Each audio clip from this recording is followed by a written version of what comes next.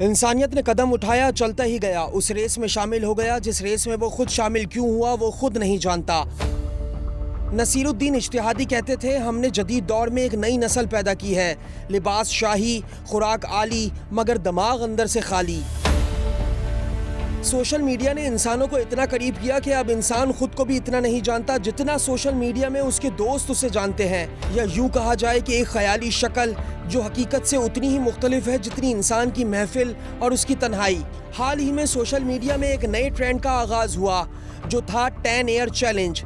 اس کا مقصد تھا کہ اپنی وہ تصویر بھی اپلوڈ کریں جو 10 سال پہلے محفوظ تھی، یعنی وہ سوشل میڈیا کا اکاؤنٹ جو مشکل سے 5 سے 7 سال پرانے ہیں، اب وہ اپنے 10 سالہ پرانے ڈیٹا تک رسائی بھی ممکن بنائیں گے۔ یہ بات طے ہے کہ سوشل میڈیا میں دی جانے والی تمام انفارمیشن دراصل ایک ریکارڈ کا حصہ ہے۔ آپ کے متعلق ہر معلومات حاصل کرنا اس 1% مالدار طبقے کے لیے اہم ہے جو 99% انسانوں کے مستقبل کا فیصلہ کرتی ہے۔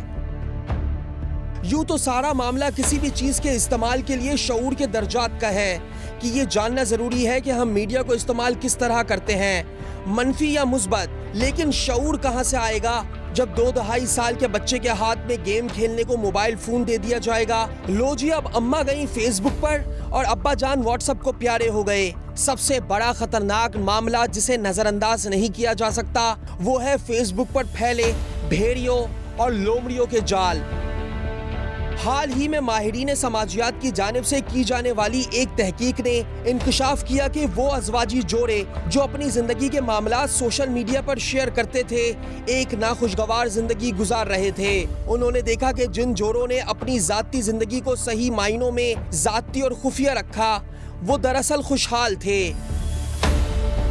سماجی اور طبی ماہرین کا کہنا ہے کہ آج کل کے دور میں سوشل میڈیا اور جدید ٹیکنالوجی سے دور رہنا تو ناممکن نہیں، لیکن سوشل میڈیا کا استعمال کم کرنا، خصوصاً اپنی ذاتی زندگی کو اس سے دور رکھنا، آپ کو بے شمار سماجی، طبی، نفسیاتی اور مذہبی مسائل سے بچا سکتا ہے۔